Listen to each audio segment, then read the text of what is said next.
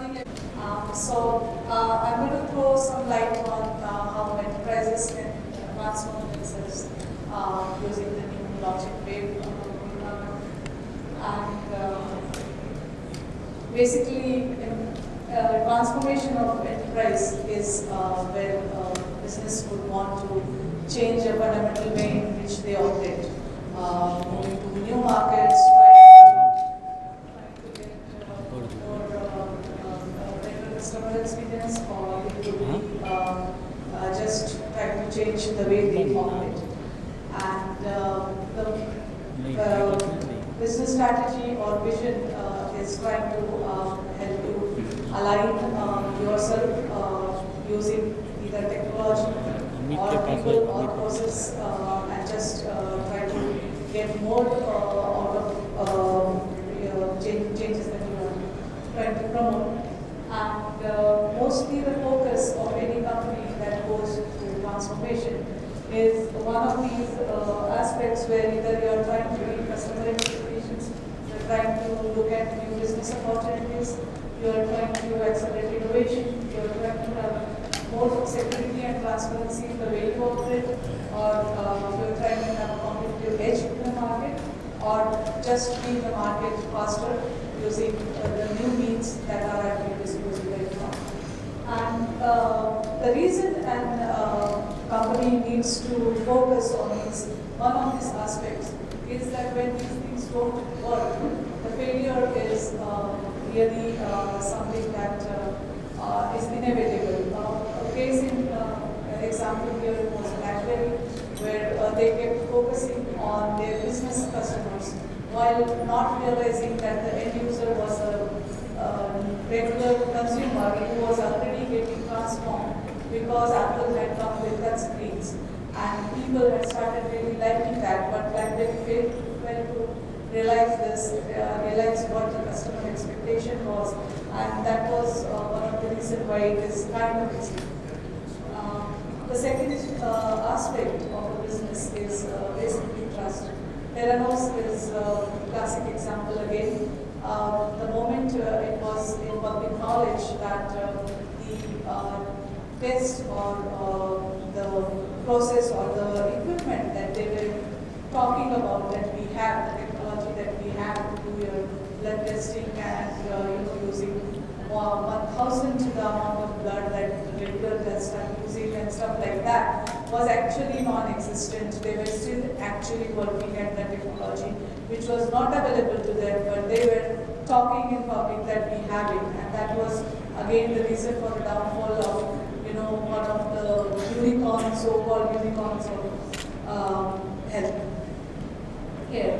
And back home in India, what Mary Maggie actually failed basically was unable to prevent itself when it came to trying to prove that their processes were good enough, or there was good enough transparency to tell people that no, we are doing enough to make sure there is no adulteration or lead content and stuff like that, because of which they faced a ban. Basically, why I'm trying to give all these examples are these are the main reasons why enterprise goes through transformation.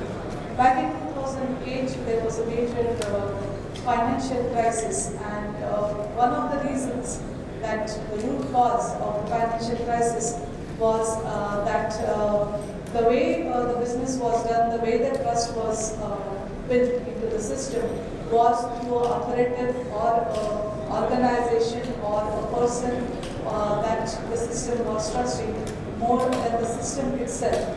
And that's the reason why this downfall actually became the tipping point for blockchain adoption worldwide by the financial industry.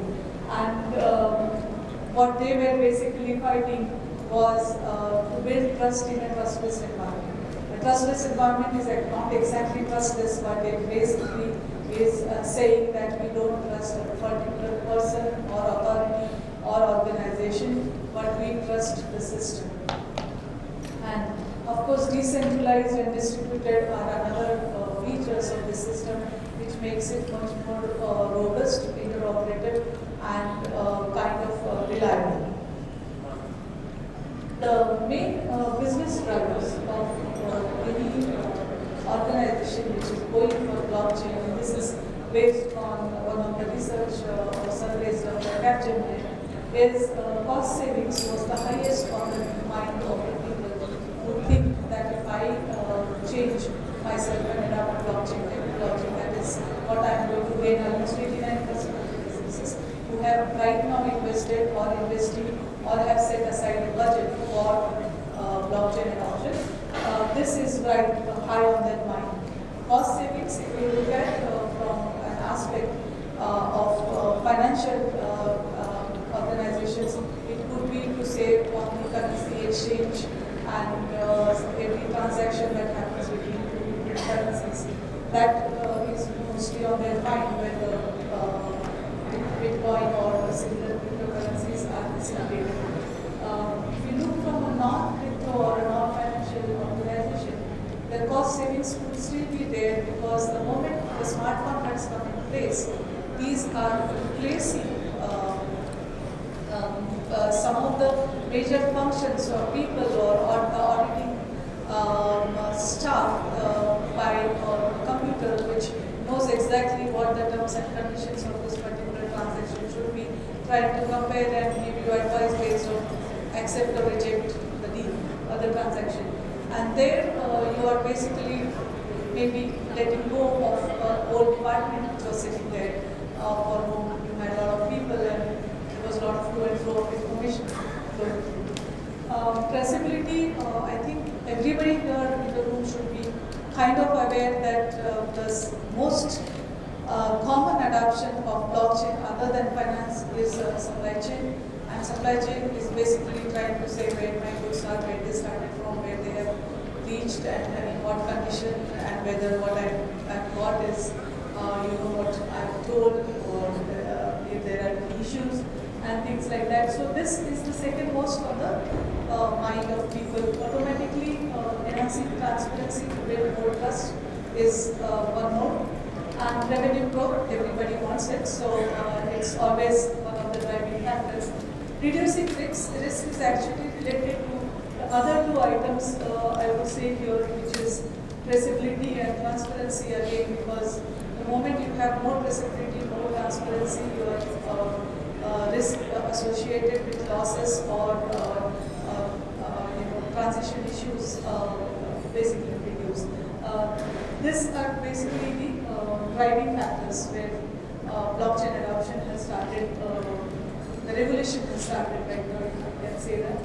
And if you look from the industry point of view, like right now the perception is yes, blockchain topmost the banking and finance, but a lot of governments are kind of pushing blockchain a lot through their own efforts.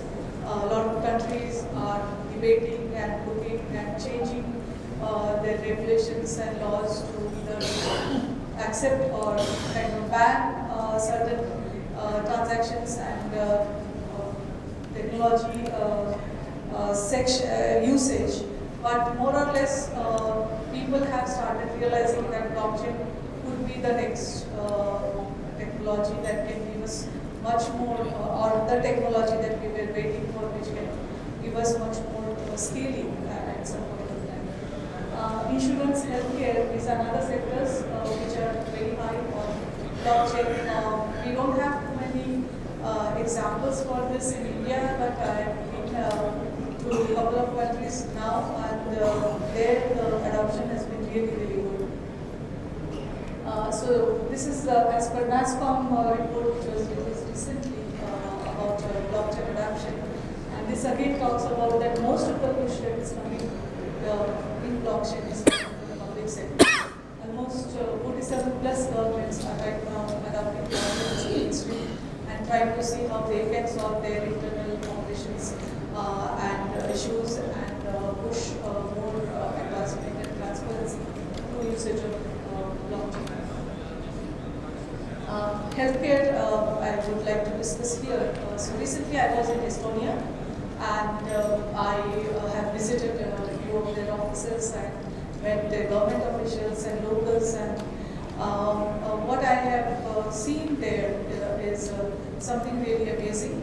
Their entire country with population of 13 lakhs is having e-cards, residency cards, which are basically your identification for anything and everything.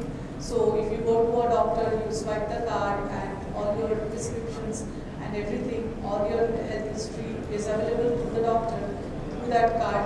You are giving that access to the doctor for that particular time that you are dealing with the doctor. The doctor is prescribing and sharing your prescription with the local pharmacy, which is near your place, who is keeping your drugs ready, which you can go and pick up. Since healthcare is free, there is no money involved in all these transactions.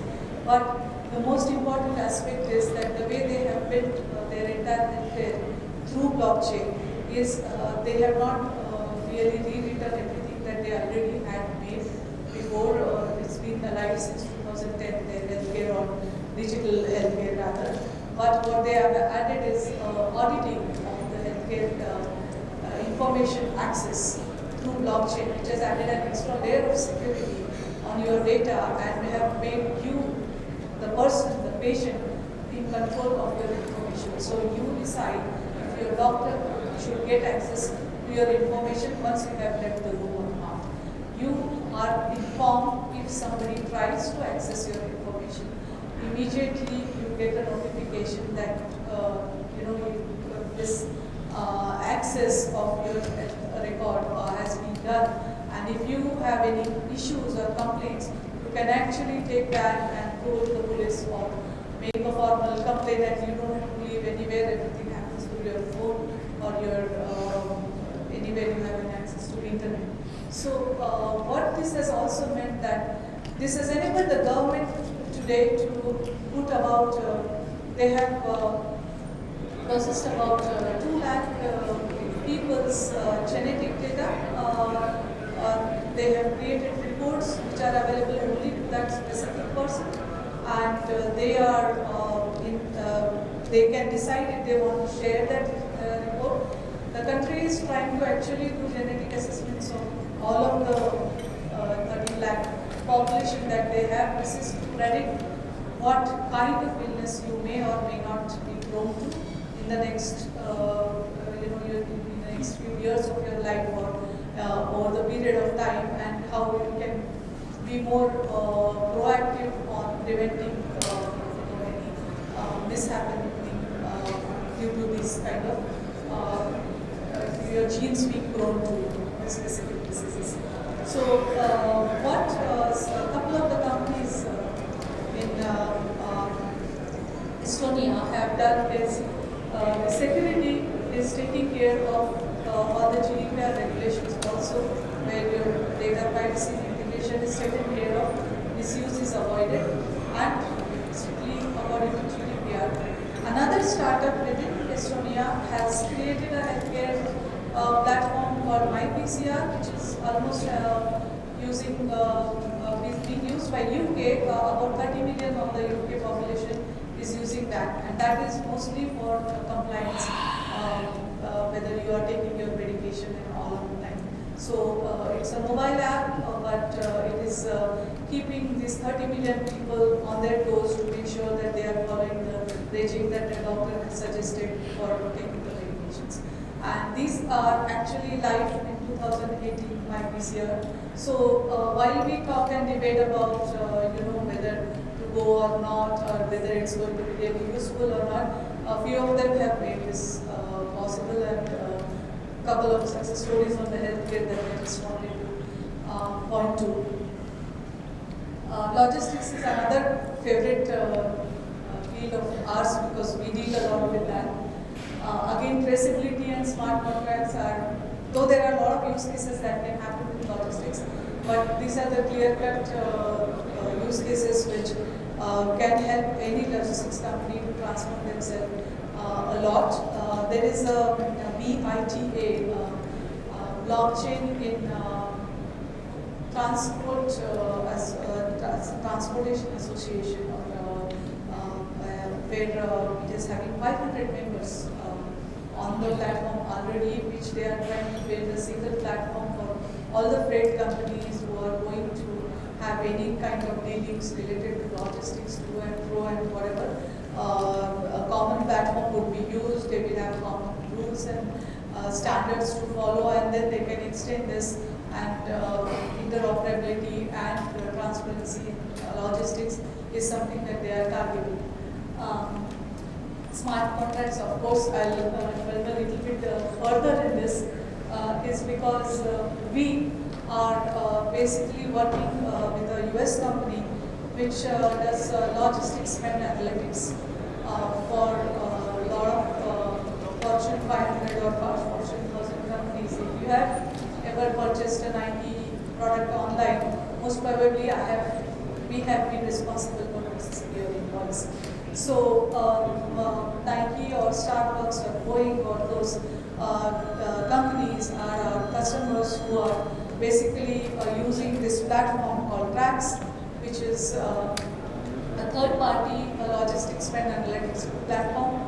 Every invoice that comes from any of their carriers for transporting their goods are basically put onto our platform.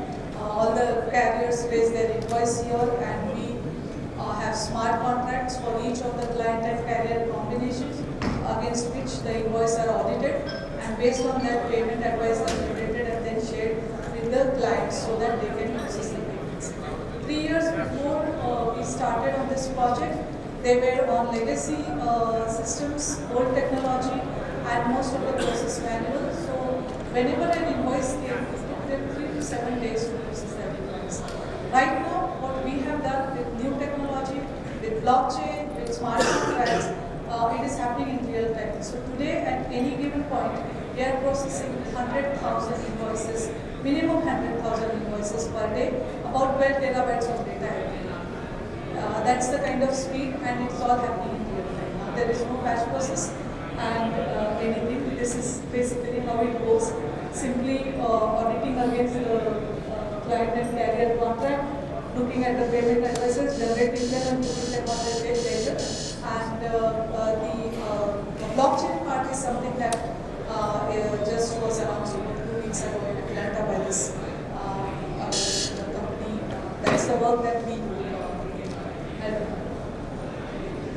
So while there are a lot of success stories all around, there is also like a general feeling that you can get through whatever discussions, panel discussions also we had, is there are not too many blockchain projects in production, whatever said and done. And this is one of the survey done by Deloitte as to why are the companies who are not ready to adopt blockchain, what is keeping people away? Because if you look from the literature available or you hear an expert talking about it, blockchain is there to change everything and the solution for a lot of your problems. And then why is the adoption so less? And a few of the most important reasons why we still don't have too many blockchain in production and all our POC stage not ready to get into mainstream.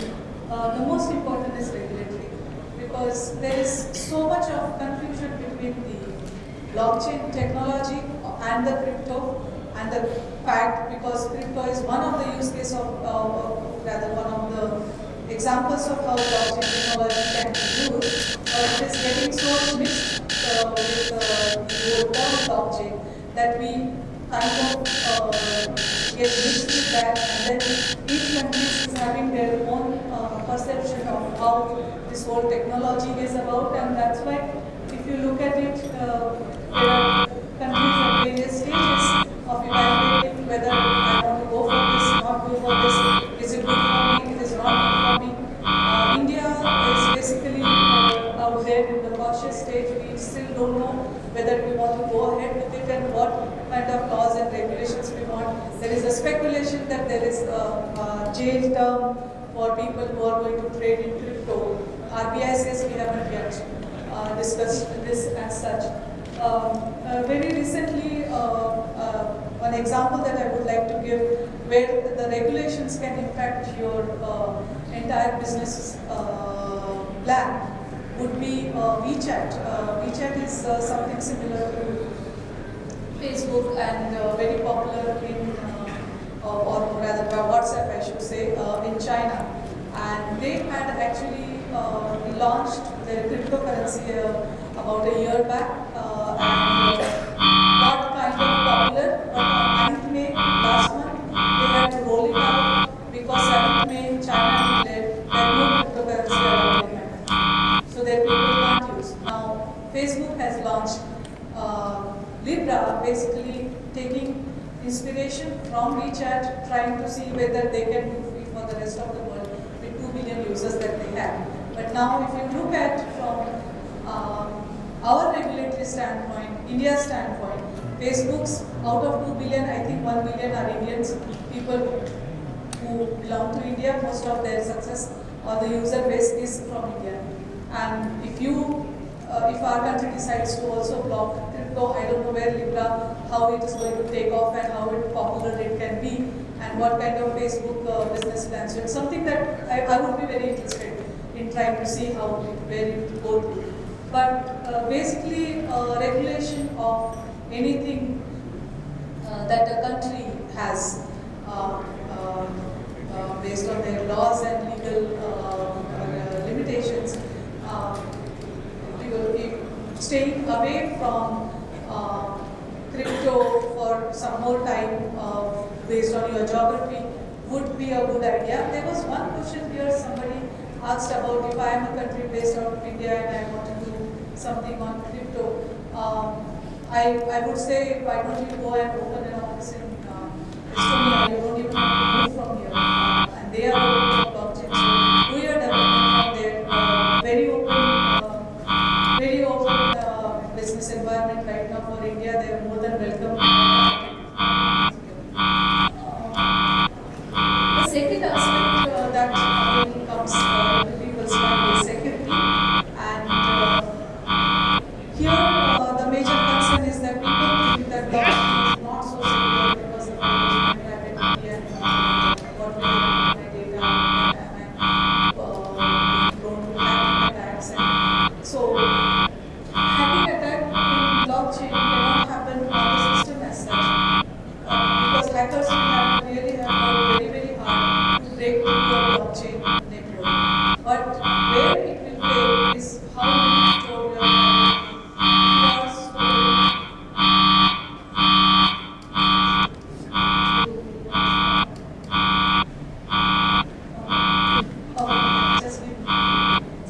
So security was one of the other risks related to cost of transaction, complexity, network speed and size, a lot of unproven success stories, so people are sitting there and waiting for some more success stories to come before they want to venture out. The goal, basically, if I want to put it in a very short, this thing is, few years ago we were a very closed and centralized system. Today, most of us are on cloud, and tomorrow the system is going to be open and decentralized. When the cloud was launched, it also has the same kind of perception in the market, whether it's good for me or not, and the same question marks. But today, it has become a widespread adoption. So, if you look from history, you know that blockchain is here to stay and here to make a lot of difference. When you are planning your strategy as an enterprise to move to blockchain technology, the four things that I would say keep on mind and look at is that your vision, the company vision. Does this really need blockchain? Because since blockchain is the buzzword and that's the hammer I have, everything starts to look like a nail and every problem I want to solve through blockchain, that's not a good idea. Look at your short-term and long-term return on investment that you would like to do. Look at the impact that you want to have. Do you want impact on the customer satisfaction or expectation side? Do you want to impact on the revenue? Do you want to have cost savings or time savings? Or do you want to grow your revenue? And of course, based on all this, you have to understand that when your revenue growth starts, the platform or the design or the architecture that you choose, is it going to help you scale? Will it become your limitation to scale, or will it take you and help you scale faster? So basically, this is what you do based on those 4 points, is to find out what is my strategy. Based on the strategy, look at the assessment criteria. Is this what is my goal? And based on the goal, then choose the right thing. And if you don't have the in-house talent, and if you want to go and look from outside, choose the right partner. The partner should be aware of your business or vision and be in sync with that, so that you get the right suggestion on what kind of technology tools available in the market you should choose. I think, thank you very much for your time and kind of explained any questions? Yeah.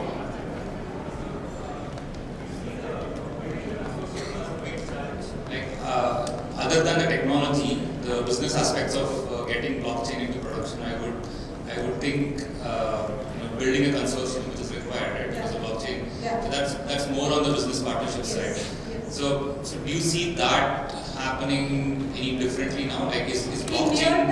In near term, making consortium is a challenge because there are a lot of people sitting with the consciousness and with the apprehension in mind whether I want to go with it or not. But as it becomes mainstream, maybe the consortium will become very easy. Like I gave an example of transportation association.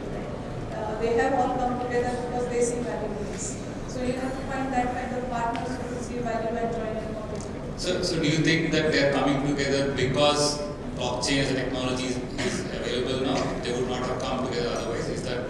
They have come together to create that kind of a platform because of the technology, since it is making a decentralized and a trustless approach. Earlier it was closed or it was centralized. It was getting difficult. But now when there is more, companies feel more free to come and